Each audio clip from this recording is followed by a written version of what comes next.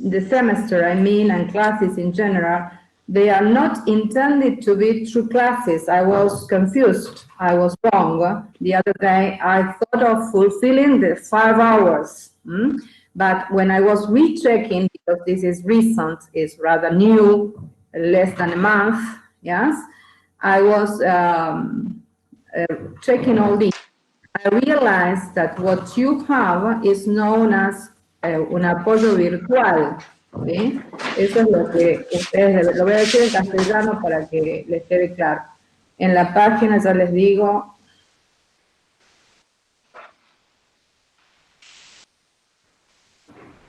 En la 3, sí, sí decía bien. Actividades virtuales de apoyo, en la tercera página. Actividades virtuales de apoyo, ¿sí? Segundo cuatrimestre, desde el 31 del 8 al 26 del 11. ¿Sí? Así se llaman estas actividades. Actividades virtuales de apoyo. So, I believe that it was as in the first semester, because in the first semester, those who have tried, at least during 3 or 4 months, I remember, we were stuck, to the chronogram, that's to say to what is scheduled each day, the amount of hours and all that. But it seems that there's more flexibility according to this regulation. And so this is space where we can meet, everything changes then, because this is a space where we can meet in order to come to agreements, to deliver things, to, I don't know, to have questions about what you are given, and for your presentations mainly. So it is a place to share things and what the like, but it's not as a regular timetable. Do you get that idea too? Yes, so, not so. Thank you, Carol. Thank you. Thank you. Thank you, Joaquin. Thank you. Okay, well, this is the idea, that we share these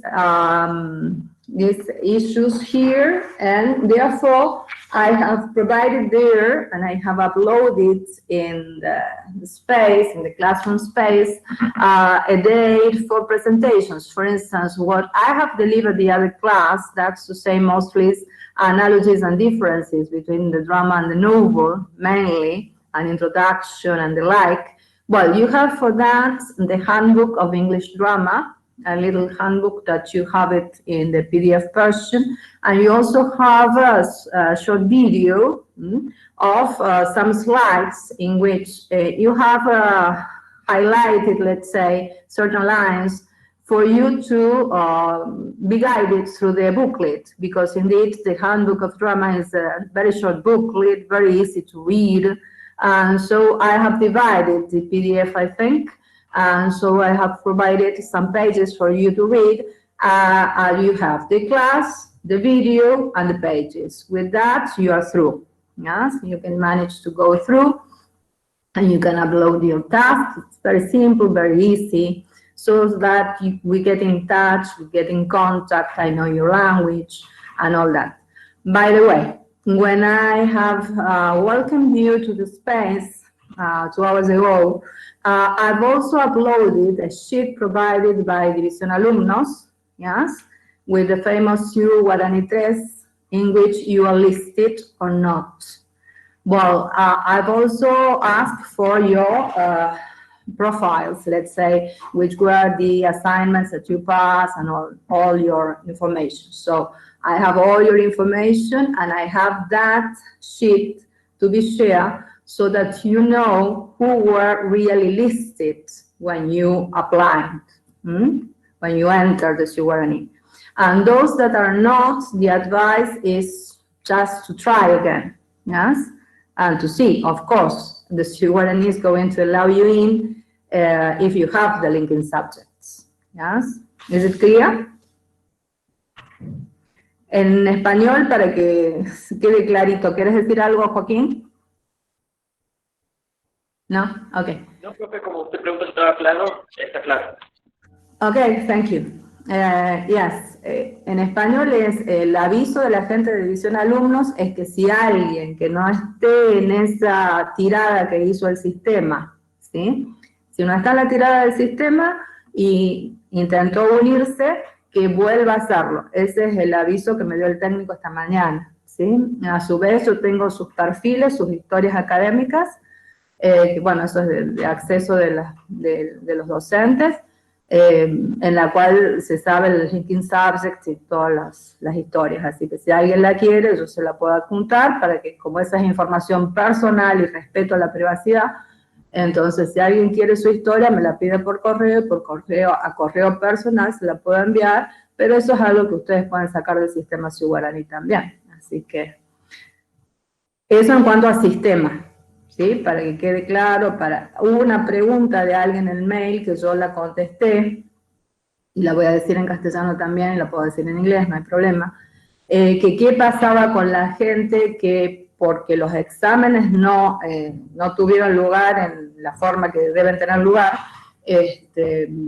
tienen todavía, y según las historias académicas, muchos tienen la lengua 3 y no tienen la electiva 2, ¿sí?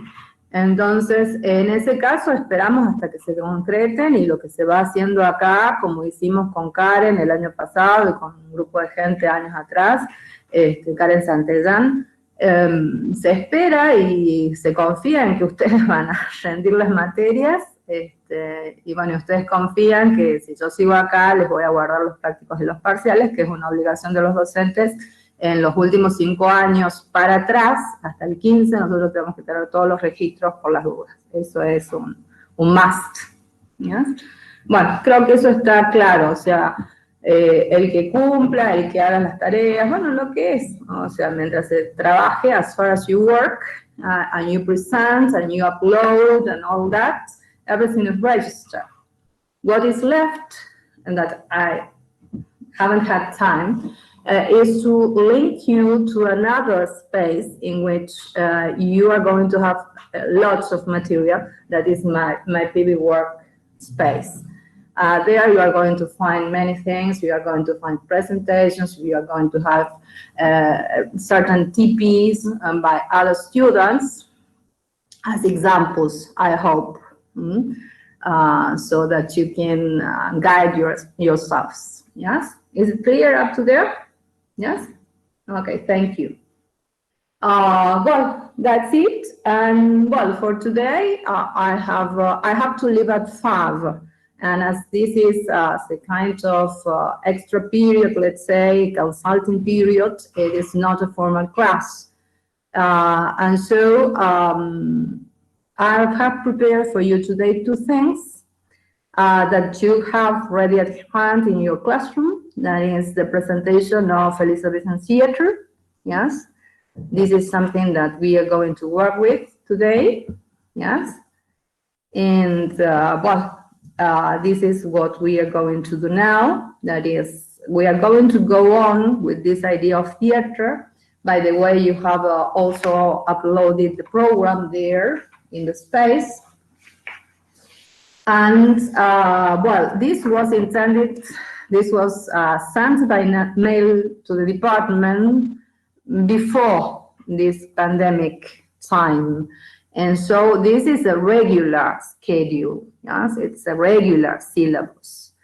But you know that the advice from my fellow secretaries is that we have to adapt this syllabus to the real circumstances. That's to say, a person who has attended this course throughout this month and could not cover, or we could not cover, the places that were supposed to be covered, is going to be considered when he or she sits for a final exam in case you lose the promotion. Okay?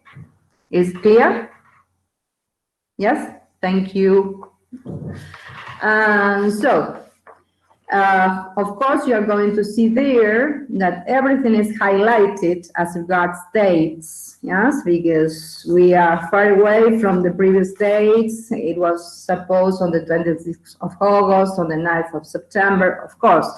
everything that is highlighted is because it is not necessary to be so. That's to say that we can shift the dates and all that. We are going to be guided with this classroom calendar, let's say, Google Classroom Calendar, according to our demands, according to what you ask, according to your questions, yes? Entonces, es un cronograma presentado antes de marzo al jefe de departamento y, bueno, aprobado por mi colega de la Secretaría Académica, así que eso está presentado así como una horma de cátedra, pero no quiere decir que tenga que tener la rigidez que tiene un cronograma que se constituye y que se dicta en forma fehaciente, ¿sí? Es un dictado muy, muy especial de este año. Así que, bueno, respetaremos nuestros tiempos, sus propuestas y, bueno, cómo se vaya pudiendo completar. Okay, let's try. Let's try with technology.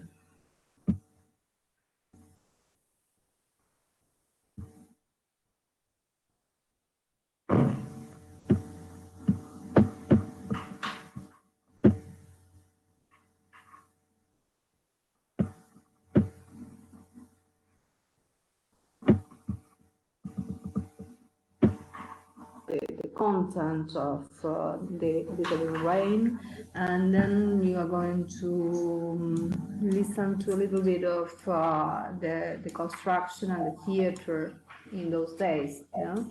You know, Elizabeth came to the throne in 1558, and there were no specially designed theater buildings in England in those days. Yes. And therefore, the companies of actors, yes, toured around the country and performed in a wide variety of contemporary acting spaces, sometimes filmed stages and scenery for a particular series of performances, and sometimes simply using an unaltered hold or open space. There are records of actors performing in churches, in the great halls of royal palaces and over great houses, in inn-yards, in town halls, in town squares, and anywhere else that a large crowd could be gathered to view a performance. Acting companies were usually small and mobile. Records suggest that an average touring company consisted of 5 to 8 players, one consisting of 4 adult men and a single boy who played all the female parts. Take into consideration that females were not allowed till the 18th century to be actors or actresses, to perform roles upon the stage. Although we are almost concerned with the larger companies that inhabited the large theater buildings that were built earlier in Elizabethan reign, touring companies of this kind, temporary acting spaces throughout the country, continued to perform throughout Elizabeth's reign, and even the major companies would be forced to tour to the province when plague shut the London theaters or money was low. Elizabeth came to the throne, and soon after her coming, laws began to be passed to control wandering beggars and vagrants. This made criminals of any actors who toured and performed without the support of a member of the high rank of the nobility. Many actors were driven out of the profession or criminalized, while those who continued were forced to become officially servants to lords, ladies of the realm. As we can see, acting was not the major source of income for the actors, and they were mostly from the crafts, that's to say, weavers, shoemakers, soothsayers, yes, and so they devoted their spare time to the theatrical activity. But generally they need the protection of the nobility, that's to say, of a lord or a lady in the noble level of society. Okay. Elizabeth in England, so that this is not history class, but you have to know a little bit about history. The country was in expansion, it was unified through trade and commerce that flourished. It was the age of exploration, expanding confidence and reflecting that confidence on the drama of the period. England became the dominant force under Elizabeth I during the years of her reign, 1558-1603. London's largest city in Europe was the largest city in Europe. The population increased and doubles again in 50 years.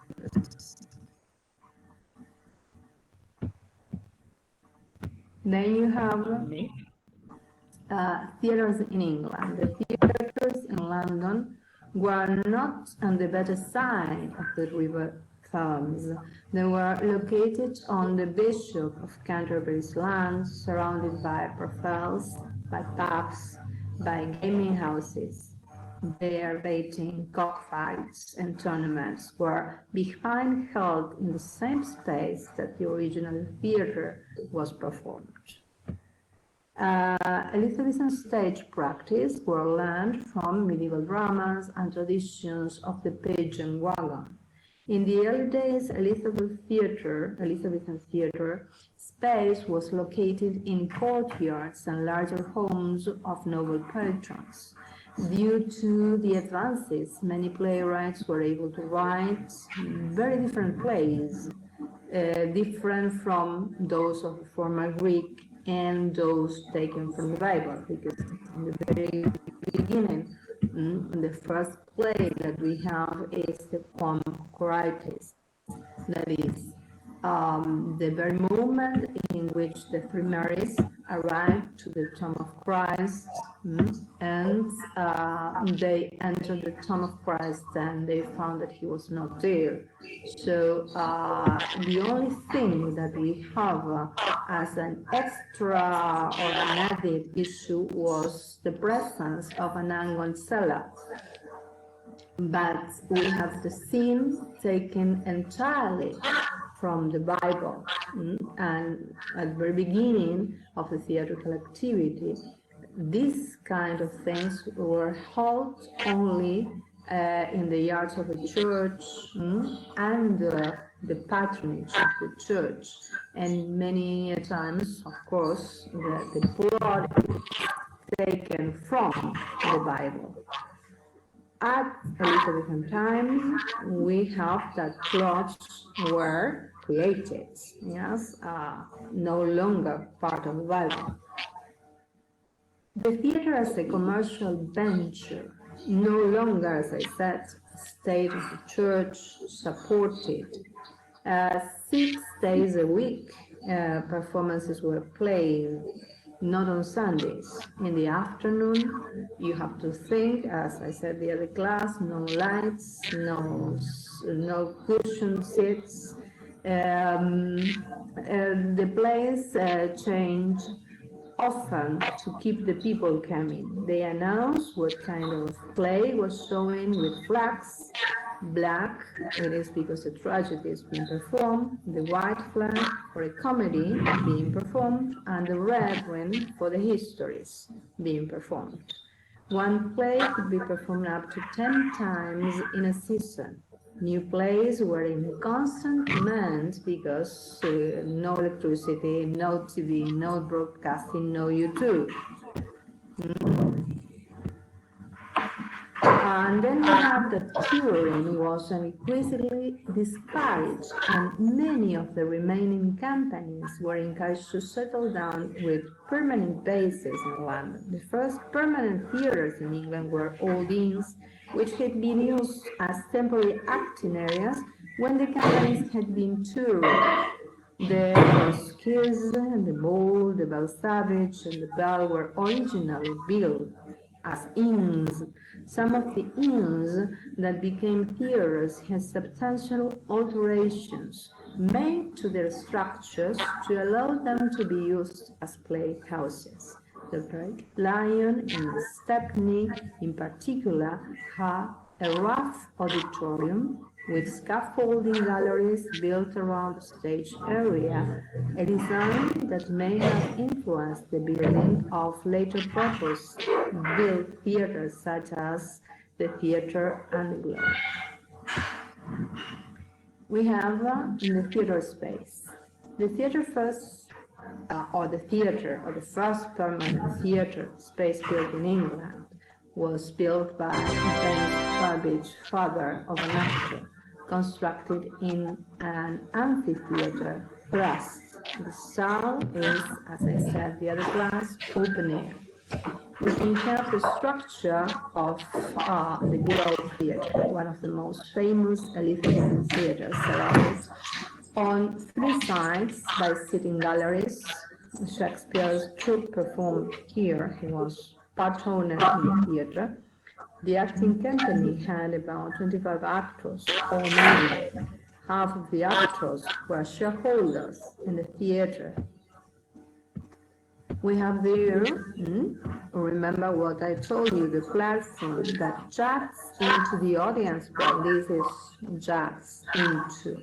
Yes, we have public theaters where either a round, square, or octagonal wooden structure which consisted of a roof courtyard, roofed galleries, we have roofed galleries, a platform stage, charing house, curtain discovery space, a hut and a trapdoor. The charing rooms, the discovery space, the gallery.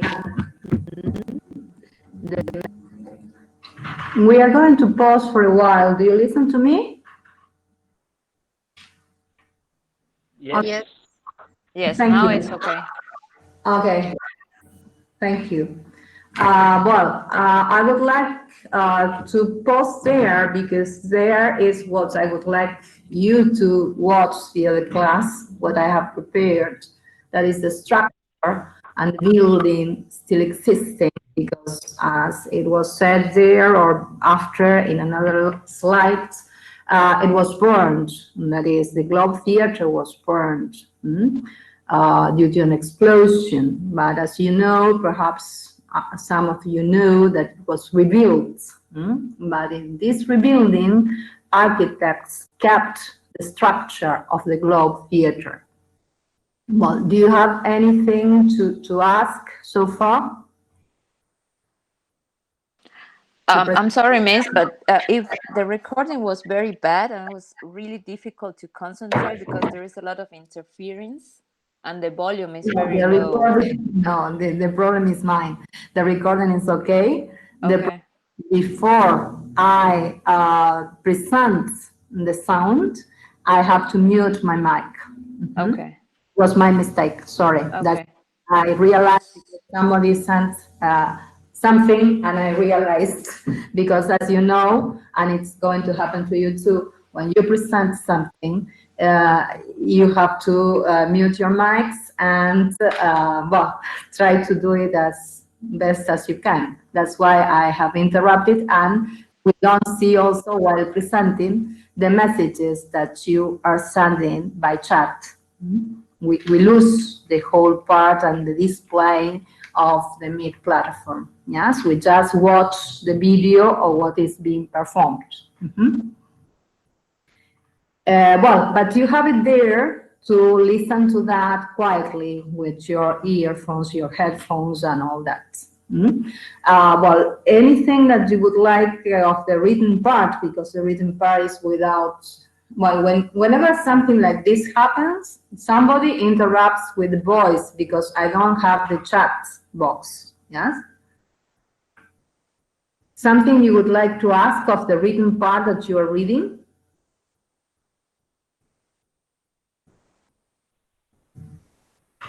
What? No questions yet.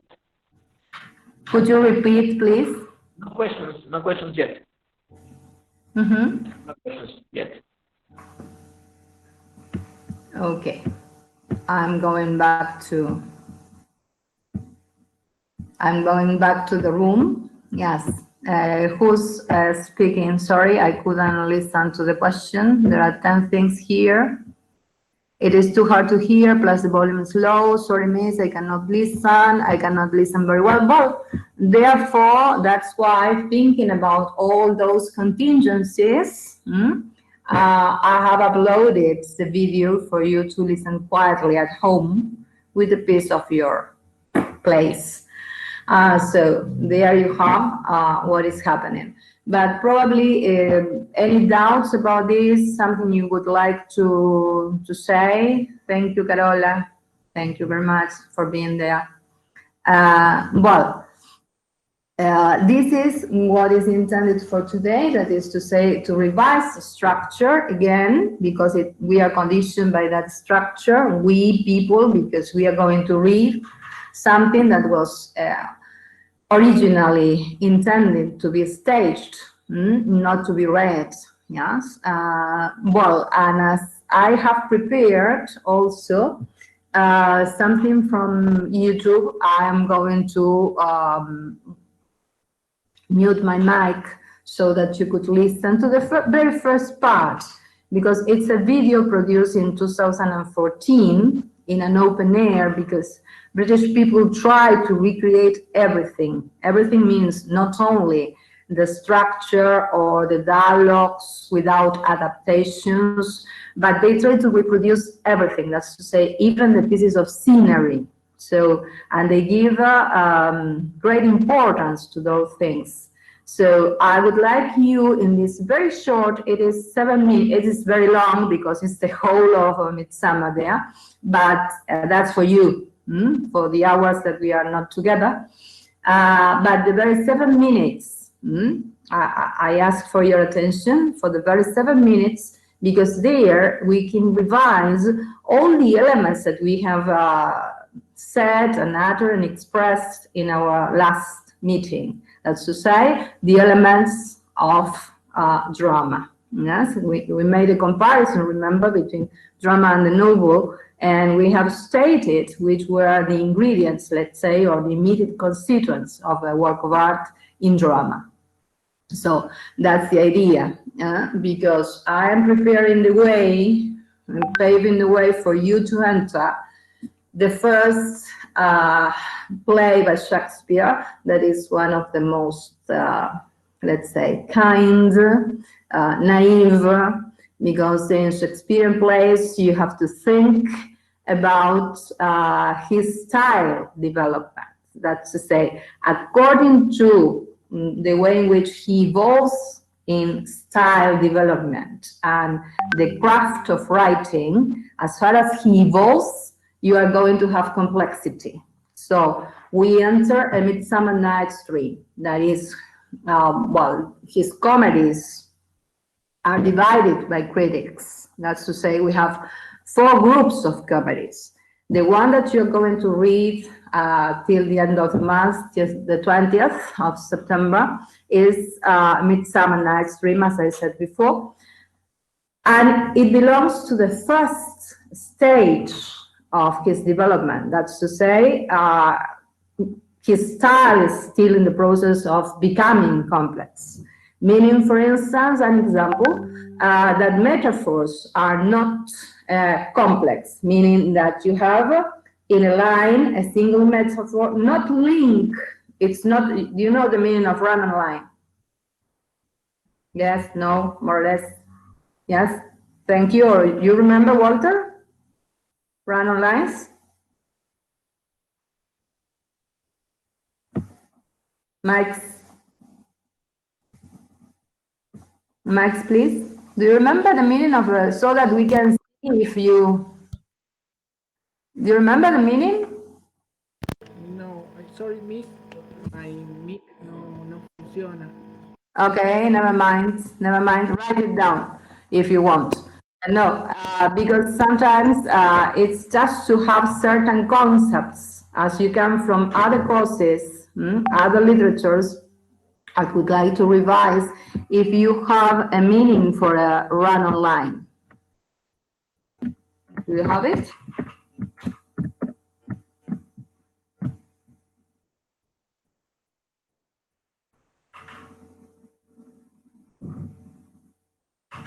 Well, you look it up then if you don't have an answer.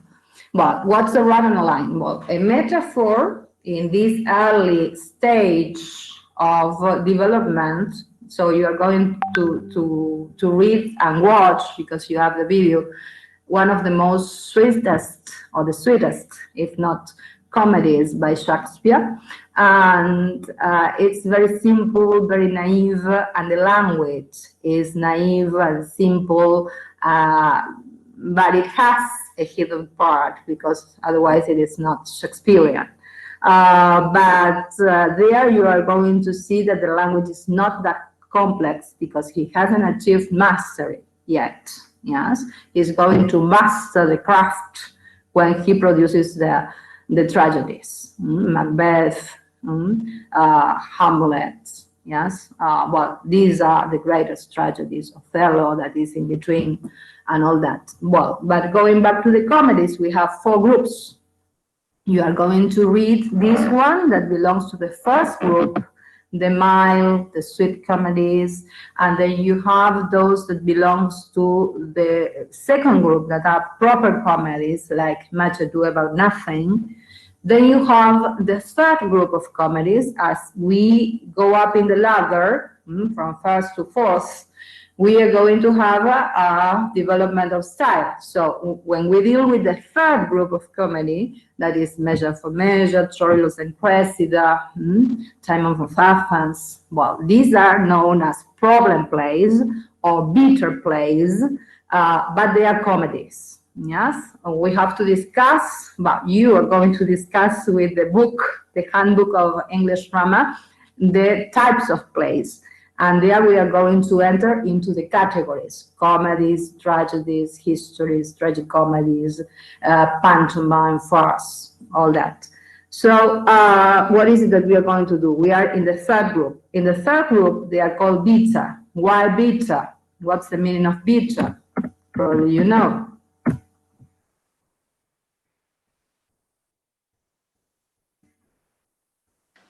Something that is not sweet. Okay, it's not mild. It's the opposite as thank you, Carol. It's the opposite as it is in A Midsummer. The environment, the context, the milieu, the situation. The bitter comedies or problem plays, what you have is a moral issue. You have a moral issue, and that's why it's so difficult to handle. And you have that problem as crucial.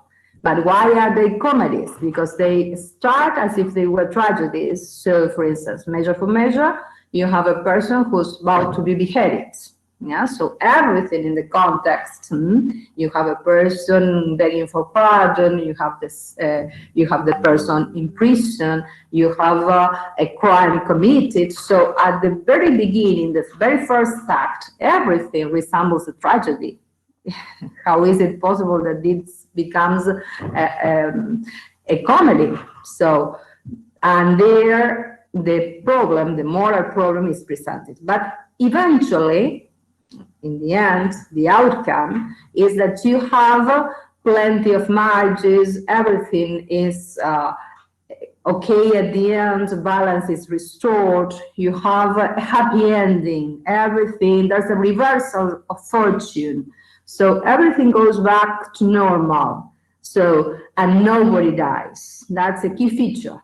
Nobody dies. Therefore, they are called comedies. They belong to the third group. Therefore, you're going to have, I think, Measure for Measure this year. I don't remember exactly because I changed them. No, you don't have. You are free from bitter comedies. And then comes the fourth. So you have the beginning and the end. You have The Tempest. Well, this is okay. Walter. Thank you, Walter. Walter says that he is using earphones because the mic doesn't work and there are people who surround him. Okay, going back, we have the fourth group of comedies. Is it clear up to there? You please ask me any question. Yes. The fourth group of comedies is called the romances or the late comedies.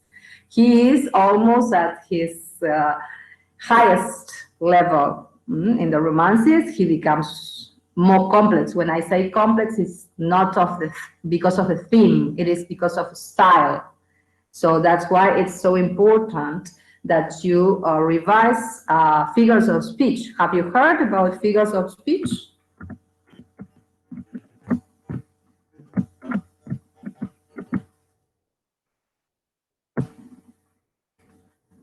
Have you heard about that?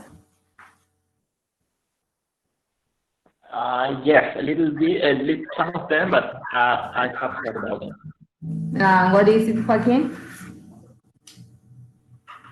Is it a sort of stylistic resource, something like that? That's great, Joaquin. Great. Yes, figures of speech, it's because if you need something of great help, because you cannot read drama if you haven't read or dealt with poetry, because drama is poetry on the stage. So if you do not know, you cannot speak, for instance, when you present Midsummer, the group that deals with style. The group that deals with style is not going to provide style if the group doesn't know categories as we were dividing. Remember the other day, what is dialogue, what is setting, what is plot. So we are coming to agreements according to the terms and the categories that we are using here. So metaphors are figures of speech, right? Yes, metaphors. Yes, but we have all the other things. You said resources, Joaquin? That was your word? Yes. Okay. Resources. Resources. Okay, not just metaphors. Which other stylistic resources are there for you to mention in a poem? Let's go back when you analyze poetry. What is it that you analyze when you read a poem? What you used to analyze when you read a poem. Have you read poetry? Yes? Can you give an example or remember the author of the poem that you have read?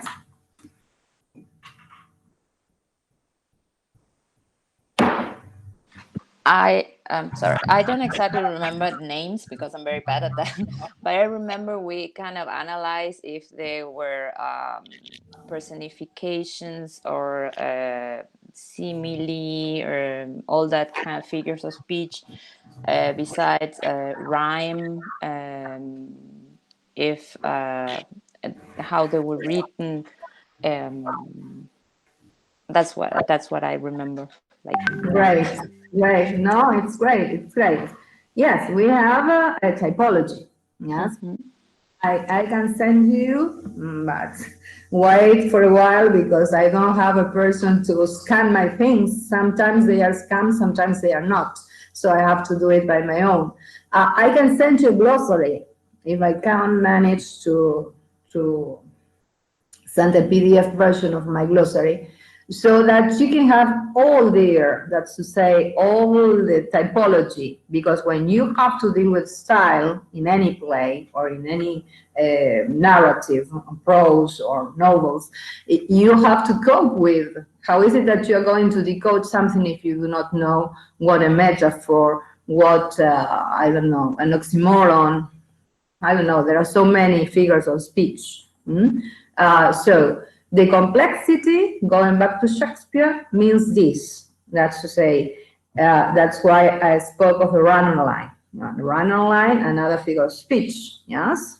A run-on line is, well, when the idea, I'm going to give it as an example, when the idea is not completed in a single line. That's to say that you have the complete semantic meaning in the following. So a run-on line means that it's not an end-stop line, meaning that the meaning of the line is completed in the very line. It is something that goes on. That is a run-on line. So that's why going back to a midsummer, sometimes you don't have that complexity, meaning that the metaphors The complex issues that you may have are isolated. That's to say that you don't have an organic metaphor. For instance, in Julius Caesar, that is a tragedy, you have more than 10, sure, 15 lines dealing with the metaphor of the body. That's to say, you have the liver, the heart, all the parts of the body. Yes, but it is an organic metaphor because it doesn't end in a line. It goes on 10 to 15 lines, and you have there the complexity of the written text. Yes, it's not something the sun is shining like, I don't know. It's not just a simile ending in a single line. It is more complex, and you have to think about it. That is Julius Caesar. As I said before, tragedies are when he is at the highest level of stylistic development. Okay, well, with this you have the four groups. So you have the very pleasant comedies, the very naive comedies that you are going to have with the Midsummer as a welcoming, as a welcoming gift. And then you are not going to pass through this year the problem plays. Before the problem plays, that is the third group, you have the true comedies, Romeo and Juliet, that is in between, because for many critics it's a comedy because it has, you're going to read there, you have a PDF notes about generic features, because each of the different, start reading the handbook. There you are going to have the differences between comedy, tragedy, histories, etc. And then you read the generic features. There you have a PDF of 5 pages, I don't remember exactly, dealing with which are the essential characteristics that a play must have in order to be called a comedy, or why is it that it is called a comedy, meaning that, as I said before, Romeo and Juliet has many of the characteristics. If you watch or if you read the true play, you are going to see that it has lots of characteristics of a comedy, yes? But which is the difference? That there's a person, there are two people who die.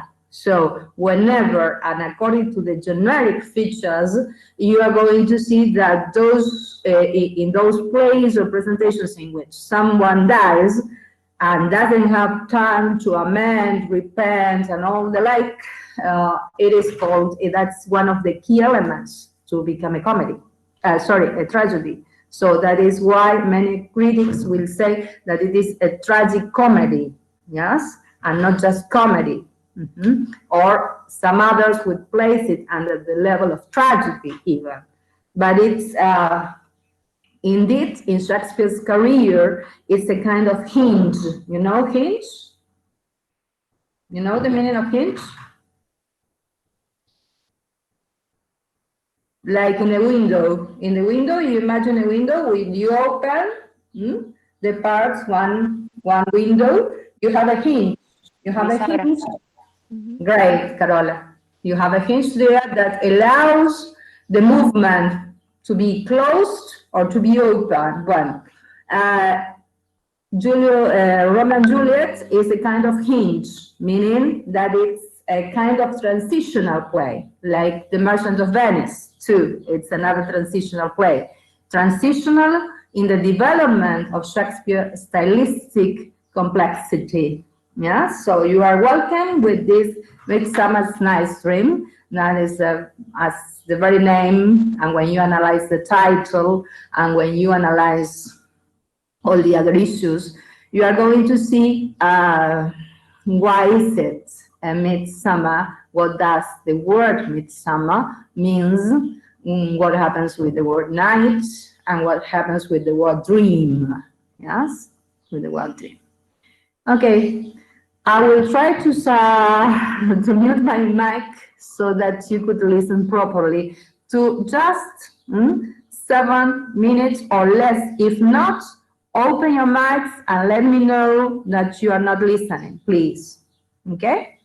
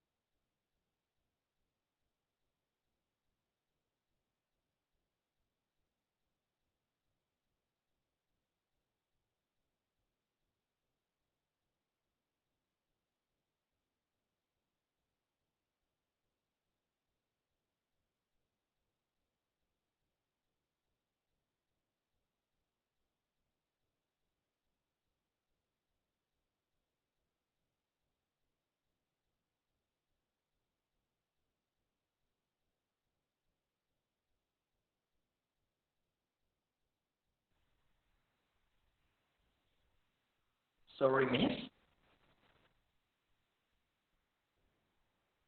Miss.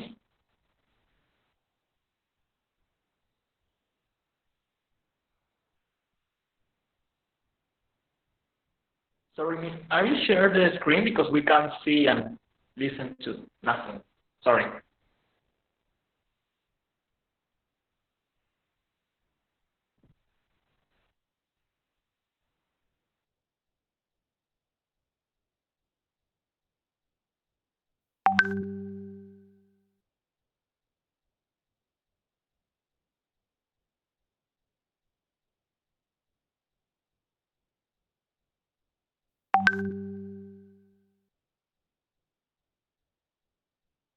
It is telling me that there was a problem when watching the screen. So I'll try again. And if not, you have to, I would like you to pay a look at the 7 first minutes, because it's linked to what we have of building the craft. That's to say, not just staging, but all the things that they have to take into consideration in order to put a play up on stage.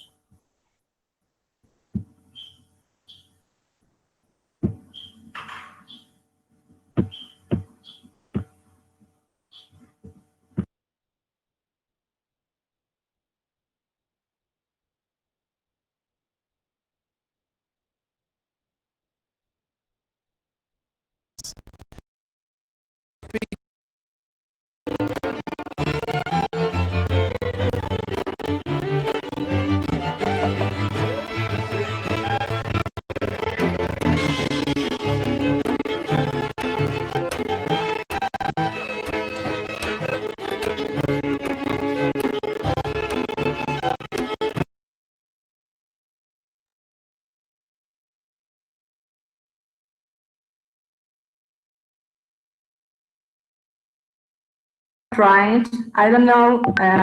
Erika, are you there? Yes, I'm here. I'm going to try.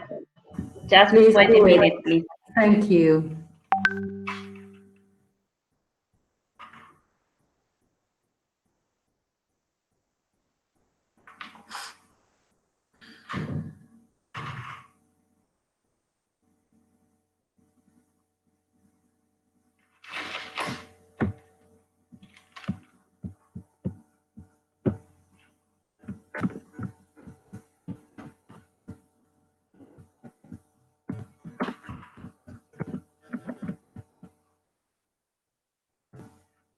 Thank you for your patience. There it is. Commit yourself into the hands of one that loves you, not to trust the opportunity of night in the ill counsel Could you go back to the beginning, Erika? of your virginity. Your virtue is my privilege.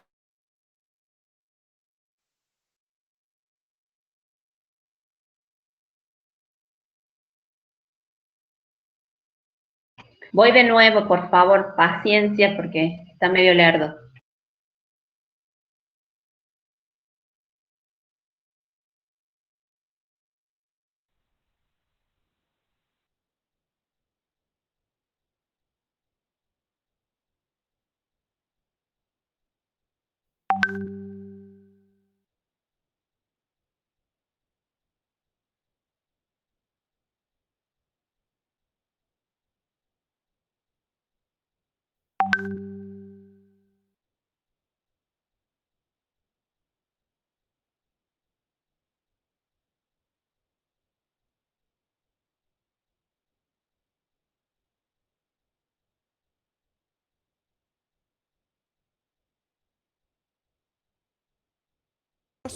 Shakespearean romp of the surreal, A Midsummer Night's Dream. Brought to the park this year, courtesy of the Shakespeare by the Sea Theatrical Company.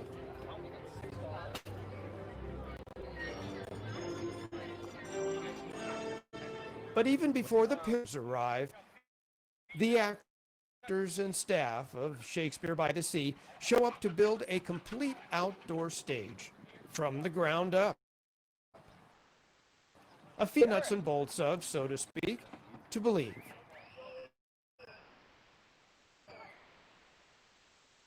Remember, these are the same actors who will shortly be they built that day into a Shakespearean Midsummer Night's Dream.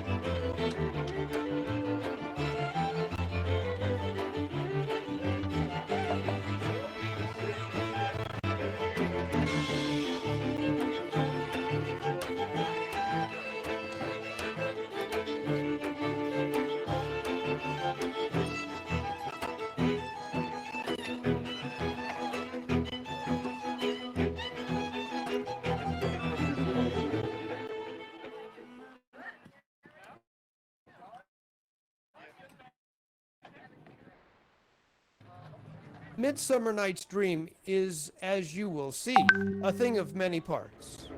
A play within a play within a dream. But just so you don't get too lost in the reveries, Shakespeare by the Sea actor Patrick Vest, who plays the lead character Bottom, gives us a thumbnail sketch of this borderline hallucination of a play by William Shakespeare. Okay, we're here for the Sunday night edition of Shakespeare by the Sea's Midsummer Night's Dream, and I'm talking with, actually the director of tonight's production, Patrick Vest. Correct. Patrick, and that is quite a vest. Thank you. You know, Bottom's a weaver as well. I'm also playing Bottom, and so I feel like he probably made this, which is why he's poor. Yeah. Well, besides playing the lead role of Bottom, you also are directing tonight's performance. That's correct. This particular play, of all of Shakespeare's plays, is one of the most inscrutable, and may not even meant to be scrutable by Shakespeare. He certainly, and maybe that's why he calls it a dream. But how do you get, as far as a director's concerned, how do you get your mind and your arms around it and get all of your players following suit? Well, there's scholarship, and my mom was an English professor, and we had conversations about this play a lot because she loved it. And she always said that she found it amazing that this is probably his most produced comedy because there's scholarship that suggests he wrote it as a mask for a wedding, like that happens in the play within the play. So she says it's a play within a play and a mask within a mask. And so when I approached it, I said, this is a gift, and so we're going to give this everything we can to the audience. And so we're going to take very seriously what we're doing, but it's going to be hilarious. Okay. Well, we hope we can follow it. And to that, wouldn't it be just wonderful if you could give us just a little thumbnail sketch so that people can follow along, because it is tough to follow in some places. All right. So Hermia is in love with Lysander, and Lysander is in love with Hermia. Yeah. Okay. Demetrius is in love with Hermia. Hermia doesn't care for Demetrius. He's going to run out of fingers here. Yeah. Helena is in love with Demetrius, but Demetrius doesn't love Helena. So you'd think Hermia and Lysander should get together because they love each other. But Hermia's father, Aegeus, wants Hermia to marry Demetrius, who she despises. So he goes to the Duke and he says, Duke, either my daughter is going to marry Demetrius like I want him to, or she has to die by our law, which is part of the ancient Athenian law.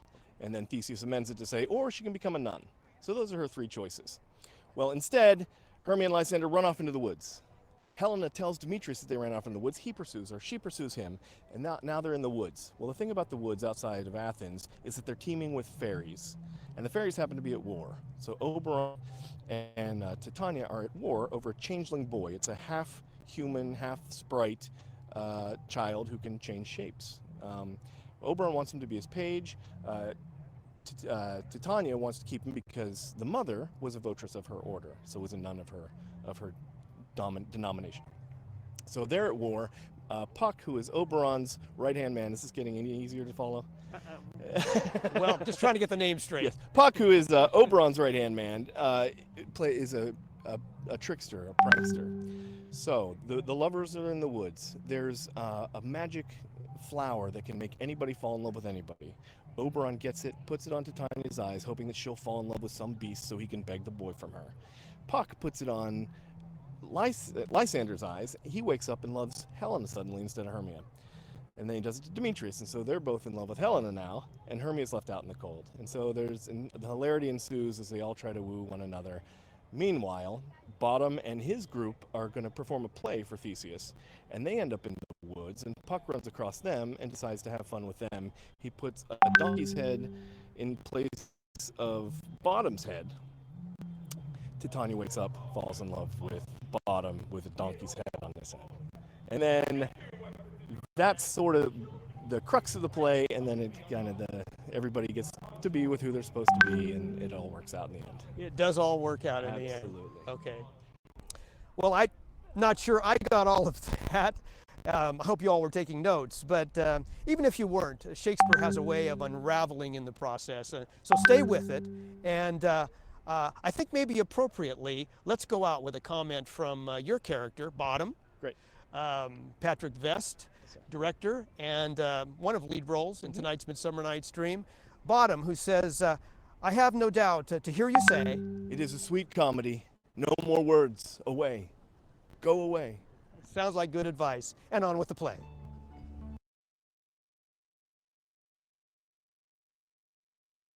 Okay, thank you very much, Erika. You are of great help. Okay, well, why is it that I asked you, thank you for staying, to watch this? Because I tried to put that into motion, let's say, that it's not something out of the blue written in the 16th century. It is live. It is live today. It was live in 2014 when this was issued. And you see the value that the people give to theater. Yes, perhaps here we don't have, or we are not that fond of this activity. We are not just theater goers, yes? But, well, it's something that hope this will give you, or at least present a different view of the idea that you may have of Shakespearean plays, that it's not something that is dead, that is extremely, totally the opposite, that's something that is alive, that is something to be, that is something inherent to human nature, because if there's someone in this world who has written about, or who had written about nature, passion, love, hatred, lust, is Shakespeare. Yes. If you happen to read the plays, and if you happen to enjoy them and get the true core of it, you are going to truly enjoy theatrical activity, and you are going to become theater seekers, yes. Well, there you see how the stage is built, meaning the physical property, the material building, but you also have the passion that the character is going to transmit, the character and the actor, because this is the actor speaking, the person, not the character.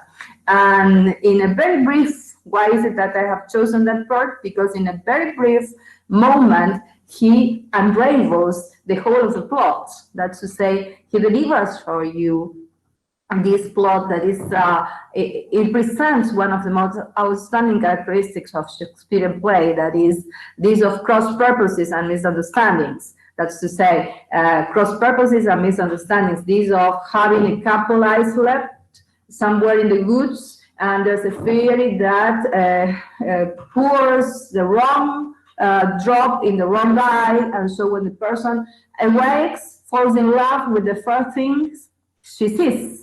Titania, the fairy, is going to fall in love with one of the actors. And there, in the same exchange, this actor in the video is telling you about the mask and the idea of play within a play. Well, that is something that I'm going to explain next time we meet. I will send, that was not uploaded because I have to scan it. I scanned the whole of it, yes?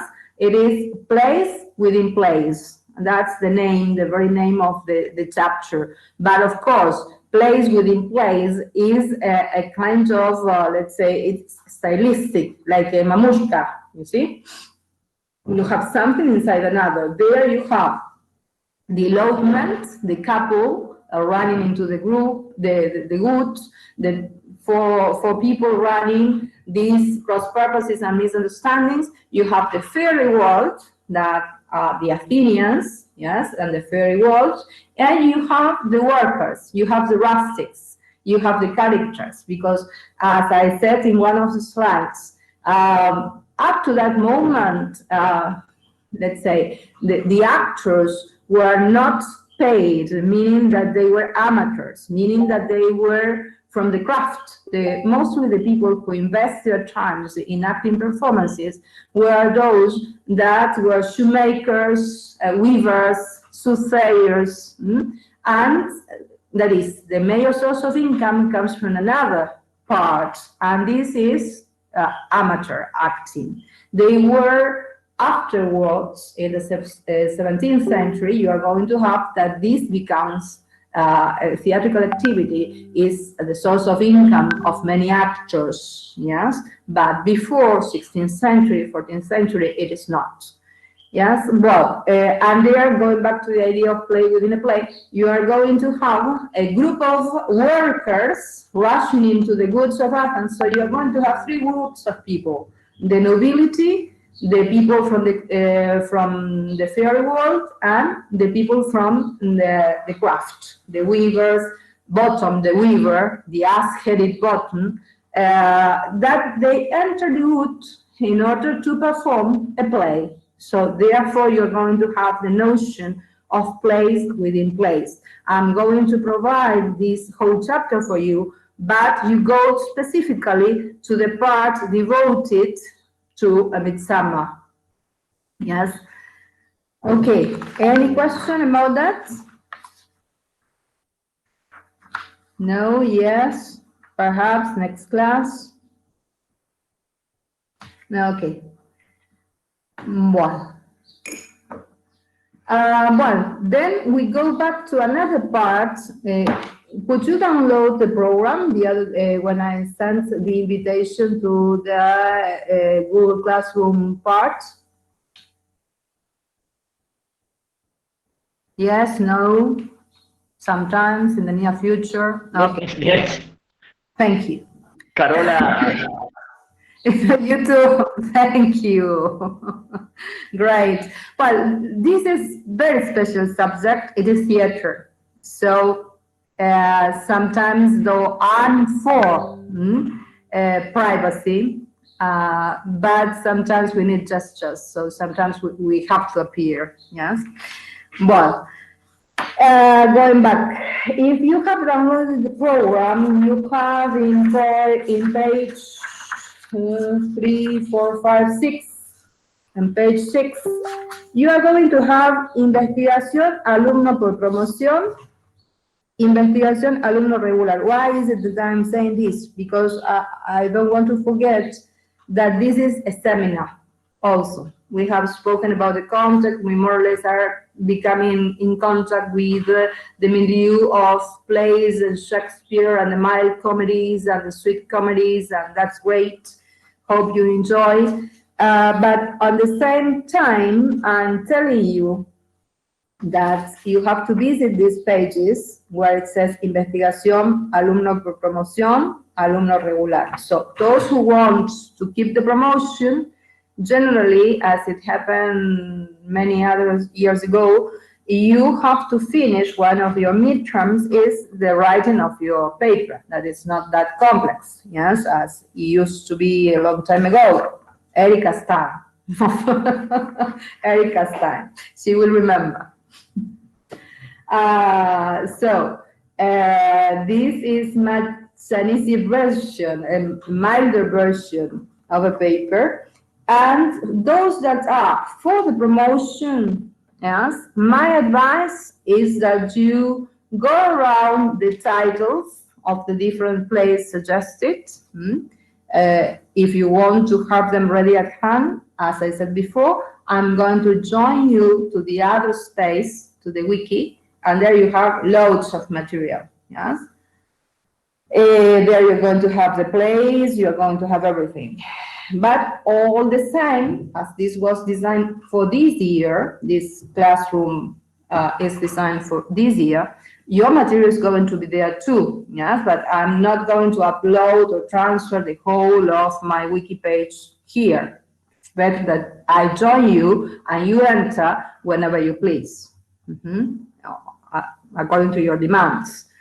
So, but what is it that I'm going to say? It is that you have these deliveries of cards. Have you written cards before?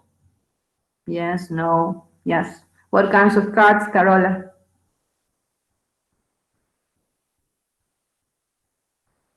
Yes.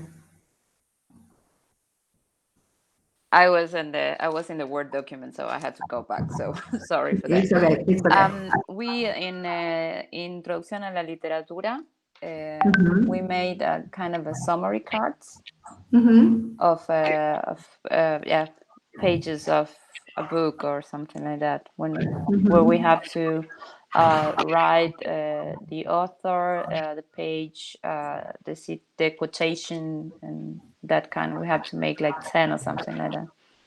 Okay. Okay. But the only kind of cards that you have written, summaries. Yes. Okay. Well, if the group doesn't say any other thing, have you? Thank you, Carola. If you haven't written any other thing, any other type, because as we have figures of speech, we have different types of cards. Yes? No other? Summary, paraphrases, probably Walter. Summary, paraphrases, no comment cards, or directly quotation cards. Which is the difference between a summary and a paraphrase cards. Of course, I'm going to upload that later, but so as to revise the meaning for us. A summary, what is it that you do in a summary, Carola? Here, I have to give myself voice again. It's Okay. when you get the main idea and try to write it in your in a kind of a more in a shortened way. Okay. Okay. A shortened Okay. manner. And a paraphrase, when you paraphrase in language, perhaps not in cards, but when you read a lesson or something that you were given to read, what is it that you paraphrase? It's when you it's a summary, but you use part of the words of the phrases used in the original text. Let's just say. Okay. Okay. Generally, paraphrasing, I'm writing and talking at the same time. Paraphrasing deals with something like that, but paraphrasing is a key issue against plagiarism. It's a key issue against copyright and plagiarism in the academy. That's a must. It's like stealing for us. Plagiarism is stealing. It's illegal. It's crime, let's say, for us, because these are our neurons. We put up on stage our neurons, and that's our legacy. So if you come across a text written by myself or by Erika or both of us together, and you copy exactly the same, you have to be respectful of the source, yes? Otherwise, plagiarism is a crime, and you know it, and we have software in order to prove that that part in your essay, that was taken from this website. But don't come into this. Don't come into this because it is lack of respect towards the source, towards your own, and towards the person who's reading that. Yes, and you're stealing something. Yes, well, so plagiarism is an issue, and therefore you have to acknowledge the source from where you are having that information. By acknowledging the source means that you can say the same idea because that idea is brilliant, it's great, it's something that you read in a critic that expresses in an extremely beautiful way, and sometimes we do not have words to replace the beauty presented in those lines. So be respectful and introduce the inverted commas and make it a direct quotation, yes? This is one way of avoiding plagiarism. The other way is keeping the idea of the person, is keeping the idea of the source, being true to the source, being true and honest to yourself and your writing, and acknowledge that the idea is not yours, yes, but express it in a different language. Yes, you change some words, you express the same idea in a different way, and between brackets, you write the surname, the year, and the page. Yes, but as some words are yours, it is something you created. That's why paraphrasing. If the whole thought is, as I said before, complex, beautiful, and it cannot be expressed in any other way, you inverted commas and directly to the author. That's the best way. Well, these are the types of cards that we are going through. And as I said before, you are going to be joined to this other space in which you are going to have lots of material so you can navigate, surf that space and see all the alternatives. So you get in contact somehow with all the other plays that you have here. The Tempest, Family Reunion, Waiting for Godot. A tree that grows in Brooklyn is new for this year, so you're not going to have that in the wiki page. It's something very new of a presentation from the off-Broadway theater that is not just underground, lower than an underground theater. So, but it's something that is staged in New York, and you have the Broadway Avenue there, and you have it. You truly have it, and the theatrical activity is great. And I would like to give you a little bit of that experience I had. And also, you are going to see and to read, in order to accompany that reading of Brooklyn, Right in Brooklyn. Right in Brooklyn is very few pages, but hope you enjoy it, so that you have the whole line, that's to say, from the 16th century, how this is presented up on stage in 2014, that's to say 6 years ago, and how you can come from something written in the 16th century, you can come to a music hall. How is it that we have that process and adaptations about the stage? How is it that we can read Family Reunion by T.S. Eliot? How is it that we can have access to the absurd and the existentialist theater of Edward Albee, Samuel Beckett? Hope that you have a little panorama of what is happening about stage, knowing the necessities of the stage that are so important. Therefore, you are going to see this building presented in the slides for you. And as we progress in time, you are going to see what happens in the 17th, how is the theater, the building itself, adapted to the new performances, what happens in the 18th, when we do not have the nobility commanding, but you have the upsurge, the emergence of a business class that wanted to have the necessities of that social class represented upon stage. And when we speak of business class, we speak of the middle class people, no longer the nobility.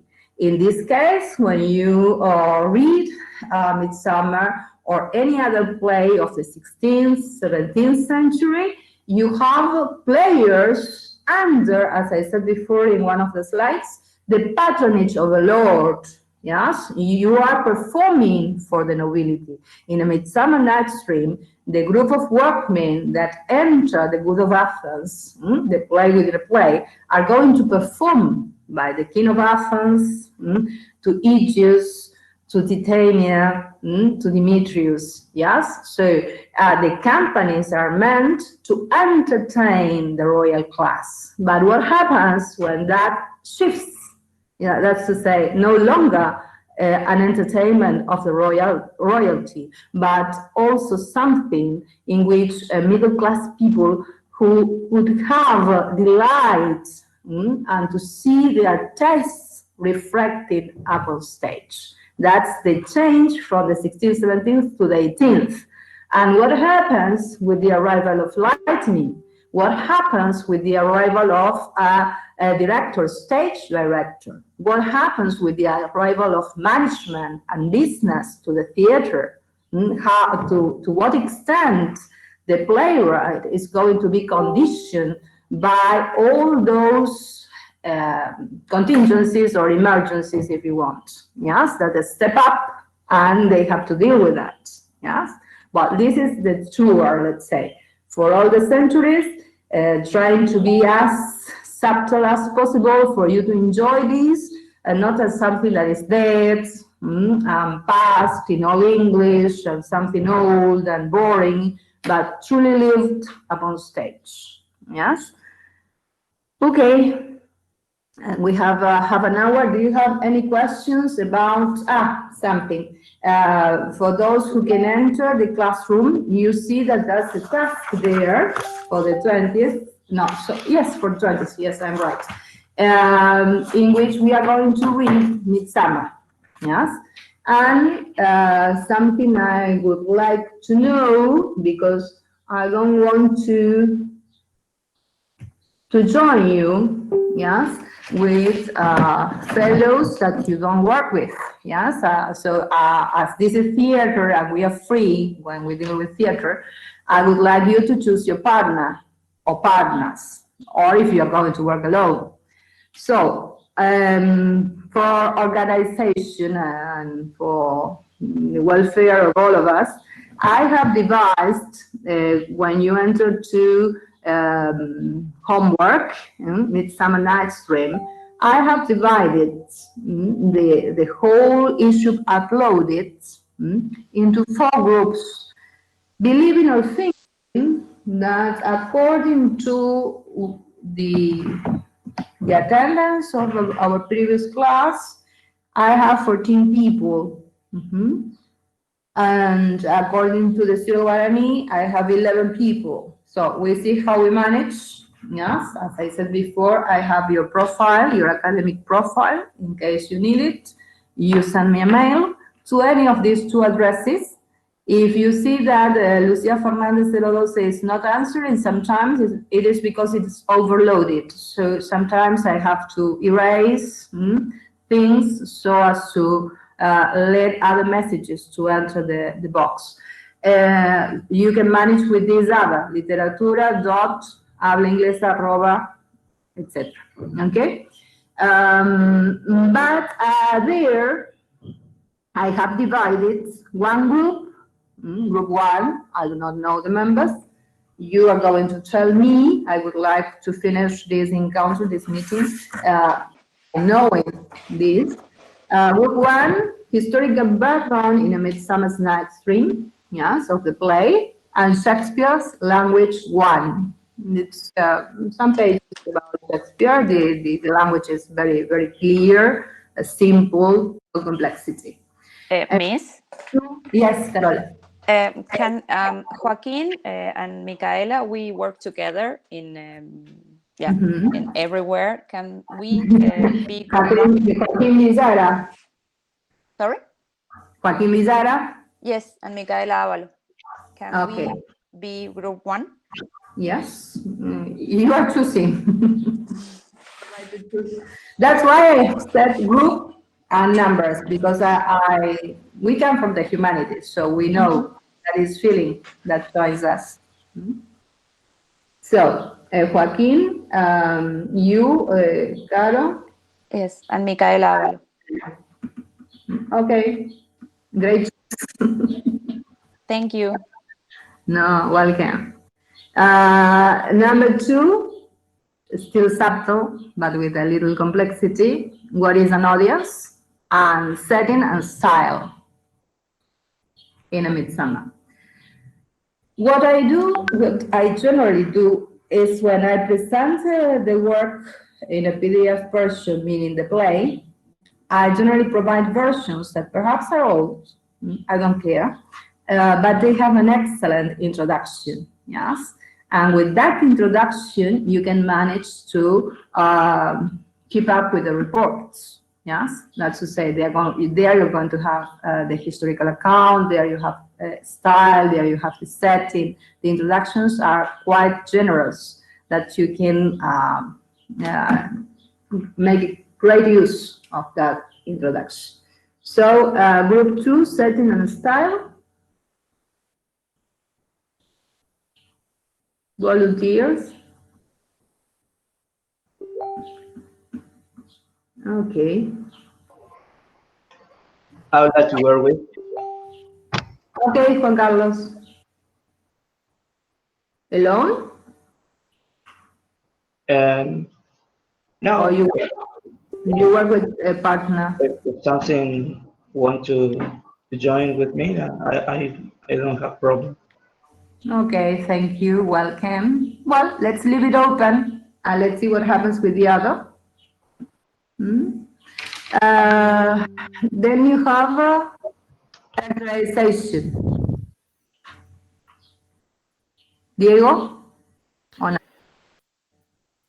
no? Sorry, Miss. I think I heard Juan Yes. asking for a partner or who wants to Yes. join him. Okay, I'm available if you want me to join you, Juan. No, it's about you. It's not about whether I want or not. It's about what you want. Do you want That's why I'm asking Juan. Sorry. Yes, Juan? okay. Okay. So Juan and Noel. Group number 2. Okay. And then we have, think about these marriages for the whole semester, no? That's to say that you stay in groups for the semester. So, or let me know if you change. Number 3, you have characterization. We haven't discussed a lot about characters and types, so my advice is that you could read, or my suggestion is that you could read the Handbook of English Grammar. When you have characters, you are going to have, what is it called, a full character, protagonist and antagonist. You are going to have some categories, not all the ones that we may know, but we can discuss that when you present. And the human body as performance.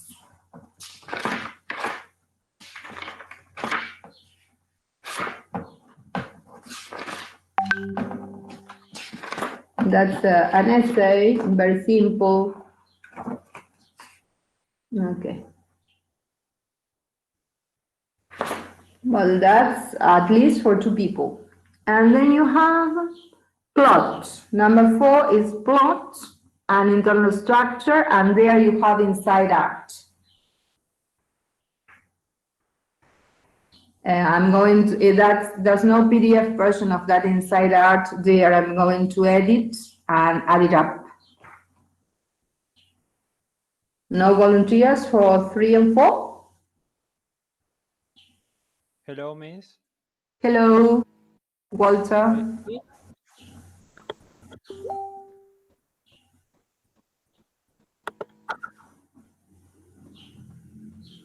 If you want, if you cannot,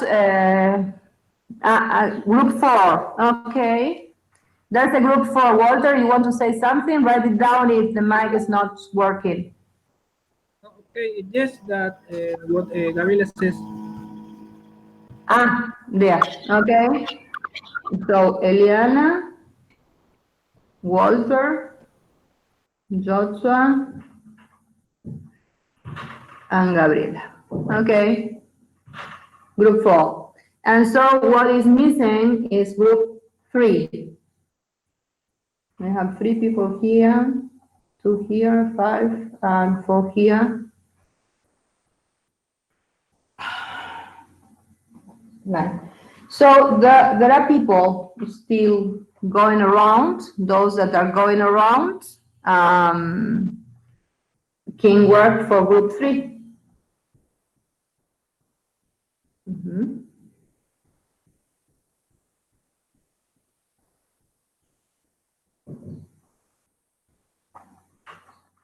Okay, there. Matthias, Sofia, Araceli, and Paula.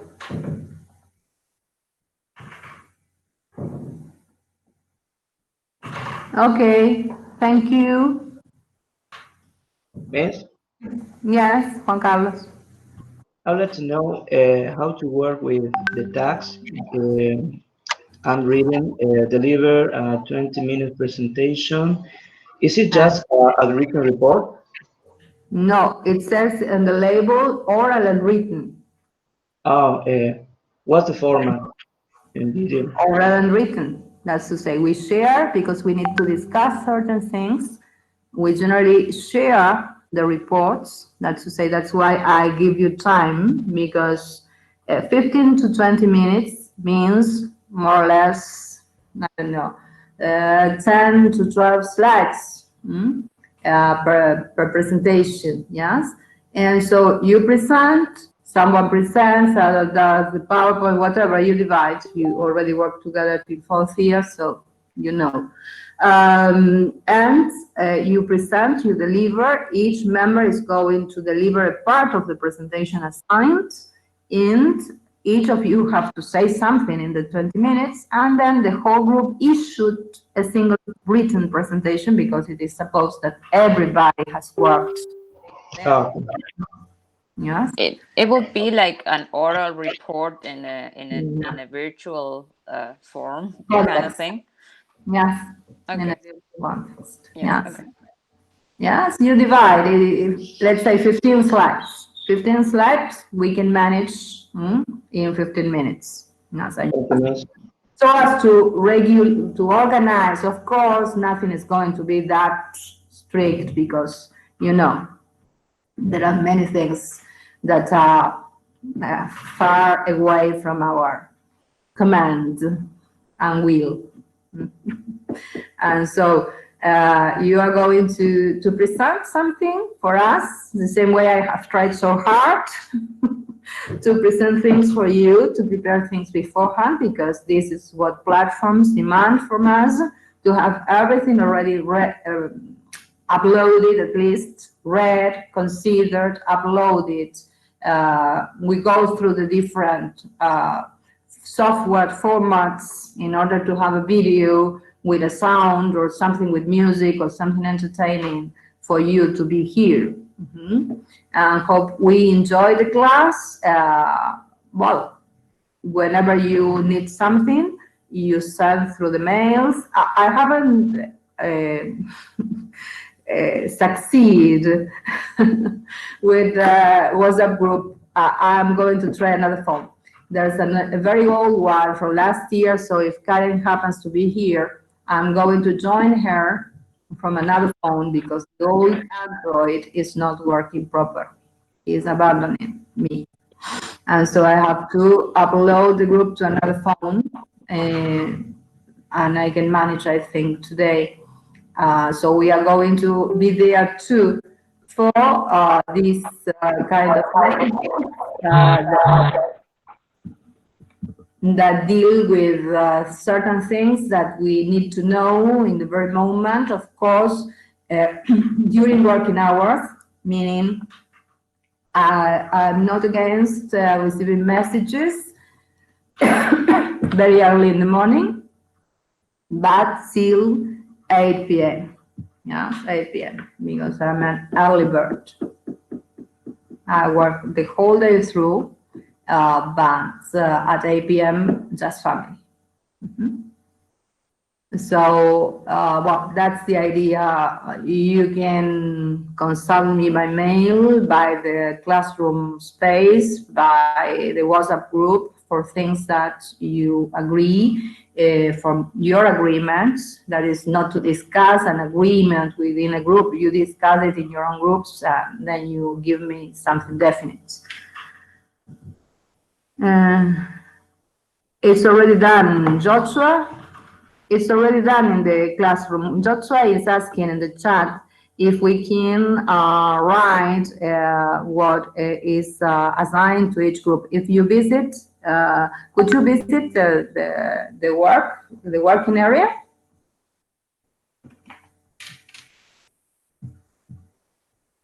Here I have 12 assignations, so it is assigned to 12 people, at least those that I have the mail, yes? Joaquin, no, I can manage. I have another phone. I can manage. Thank you, Joaquin. I can manage. I have another phone. I can, but I didn't have time today. I have uploaded to the old one, all of you. And when I try to join you, the Android says you cannot invite through this and all the restrictions an old Android may have. And so I'm going to join from another part. Thank you, but I'm going to ask you, Joaquin, if I need something. Yes. Thank you. That's a great issue. I'm going to send you a message first, and you send me all the contacts, and then I create a group. We are going to do it in that way, Joaquin. Thank you for your help. Okay, you're welcome. Thank you. Well, I think that with that, we are through. We are through today. If you don't have questions, we are through, yes? Any doubt that you may have? Two tasks for me. That is joining you to the wiki page. I have to have all the mails. Better if they are Gmails, yes? With Hotmail, sometimes the wiki doesn't work properly. I have to have all the mails. I have managed most of you. If not, we are going to have,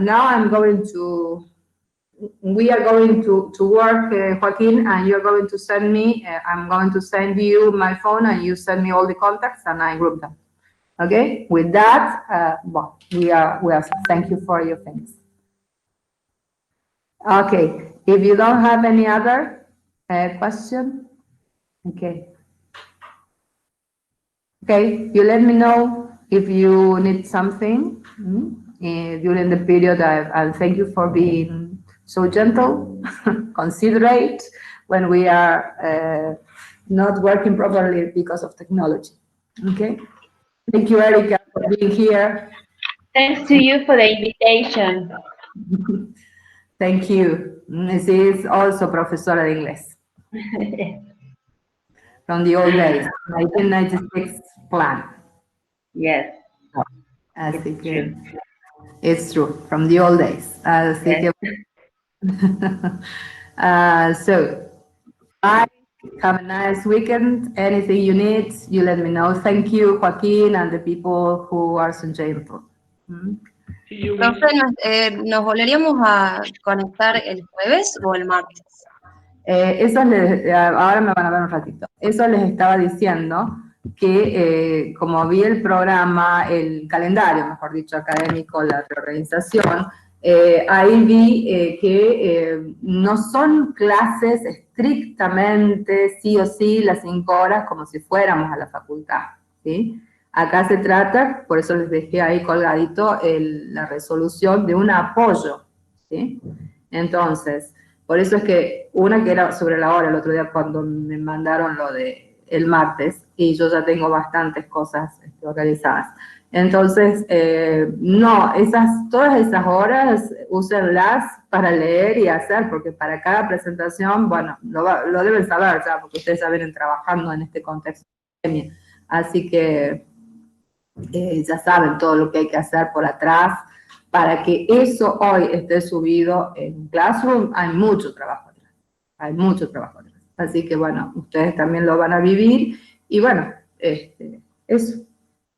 El martes no, nos vemos los jueves, que el grupo es lo que más puede, ¿sí? Por este día me pusieron una reunión a las 5 como secretaria de posgrado, así que tengo que estar por cuestiones de los investigadores. Entonces, es como un concepto. En realidad lo que hay que dar es como un consulting period, o sea, un tutorial viendo cómo progresamos. Así que este programa es la formalidad que se nos exige. pero no va a ser el programa, supongamos que alguien quede como regular y tenga que ir a rendir una mesa de examen, no va a ser el programa con el que van a rendir. Si llegamos a ver 4 obras y no 5, bueno, serán las 4 obras. Si llegamos a discutir 3 bien vistas y no 5, bueno, serán las 3 obras. Es un año muy especial. Profe, ahora están cayendo preguntas. Disculpe. El próximo jueves es el día del profesor. Hasta las 5, 5 y cuarto puedo. El próximo jueves es el día del profesor. No sé si...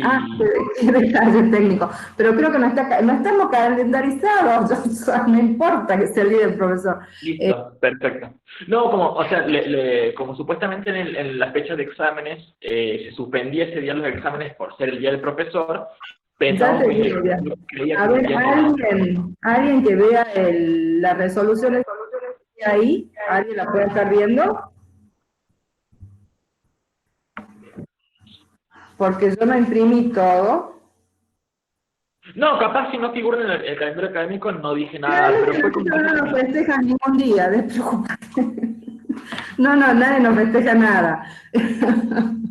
Es así desde que tengo uso. Así que no te preocupes, nosotros trabajamos igual y menos con una materia seminarizada por medio año, no olvidar. No figura, no dije nada. No, nos dan el día, nos estaban dando el día del maestro, el de Sarmiento.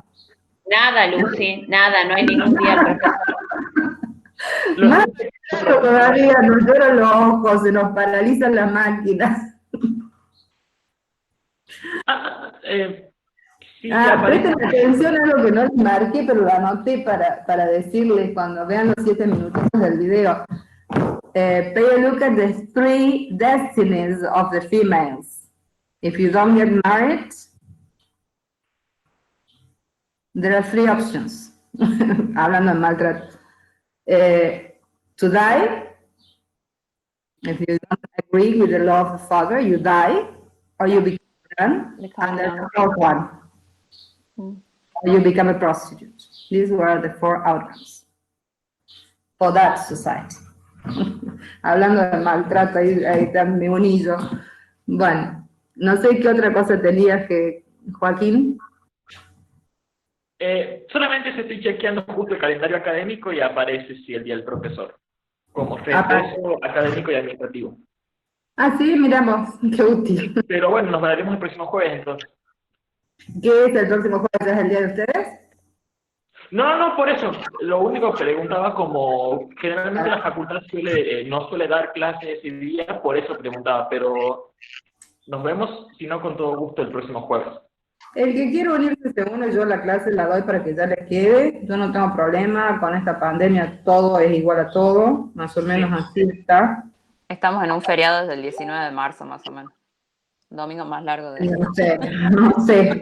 No sé, para mí no hay feriado. No. Ni sábado y Agata si hay medio domingo. Porque ustedes tienen el lunes 21 de septiembre. Claro, gracias a Dios yo no tengo nada que ver. No, pero, o sea, hay... ¿Qué outcomes? ¿Cuáles de los todos? Los 4 outcomes. Revise the video, and there you have, if one of the girls doesn't marry the appointed suitor, let's say, she has to die, according to the king. She was the daughter of the king, yes, of the ruling king. So if she doesn't consent to what the father is demanding, that is to marry the person she doesn't love, yes, she has to die. Yes, she has other option that was to marry, to die, to become a nun. The 3 of them are stated there in the video, and the other is to become a prostitute. These were the solutions for a lady in the 16th century.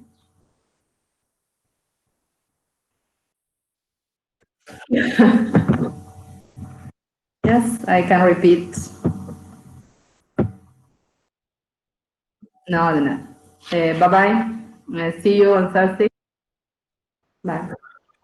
Bye. A todos. Bye, see you. Thank you, Erika.